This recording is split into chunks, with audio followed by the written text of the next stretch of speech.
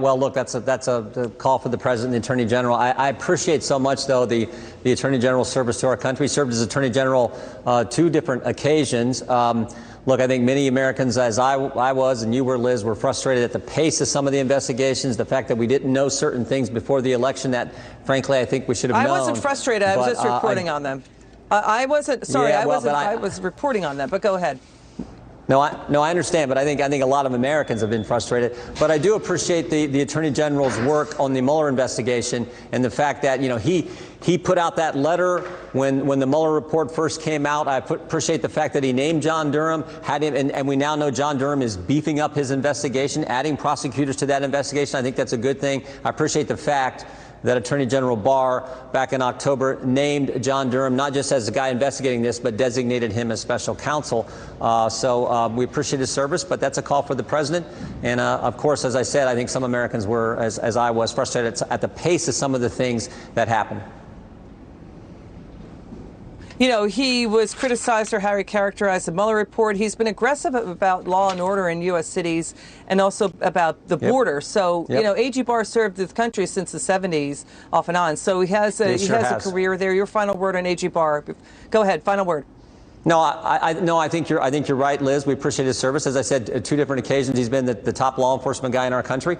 We appreciate what he did with the Mueller investigation, what he did with John Durham and launching that and helping us get to the bottom of this. We hope that investigation is completed sometime soon. But frankly, we wish we would have known about the Hunter Biden situation prior to the election. We wish we would have known about the fact that he had designated John Durham as a special counsel before the election. But we appreciate his service to the country. Congressman, let's move on to Georgia. Early voting getting underway in the Georgia Senate runoffs. You just came from an event with Republican Senators Kelly Loeffler and David Perdue. You guys are calling this the Super Bowl of races. It's really important for the country. Why? Because the Democrats want to come after your freedom. I mean, think about everything Democrats want to take away from you. They want to take away your money via taxes. They want to take away your private health insurance. They want to take away your guns. They want to take away your plastic drinking straws, for goodness sake. They want to take away your freedom. They want to take away the police. We know they support this defund the police crazy concept. So it's really, in the end, about freedom. And if they get control of the Senate, this mob in the streets that we have seen now play out over the summer and into the fall, the cancel culture mob online only intensifies, only gets worse. So it is important we have good people in the United States Senate like Kelly Loeffler and David Perdue.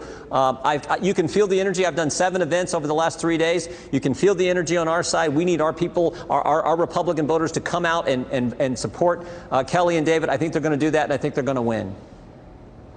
You know, so Republicans hold a 50 to 48 majority. If Democrats win both races, then Vice President-elect Kamala Harris would be the tie-breaking vote, giving the party unified control of the Congress and the White House. You know, so what we're hearing, is this true, what we're hearing, that, you know, there's money pouring in from out of state, from California and New York and other states into the Georgia races? That's what Senator Perdue is saying. Well, everyone understands how important these 2 races are. So there is help. There are resources coming in on both sides from all over the country. I was with, Cynthia Lomas, a Senate-elect from the state of Wyoming.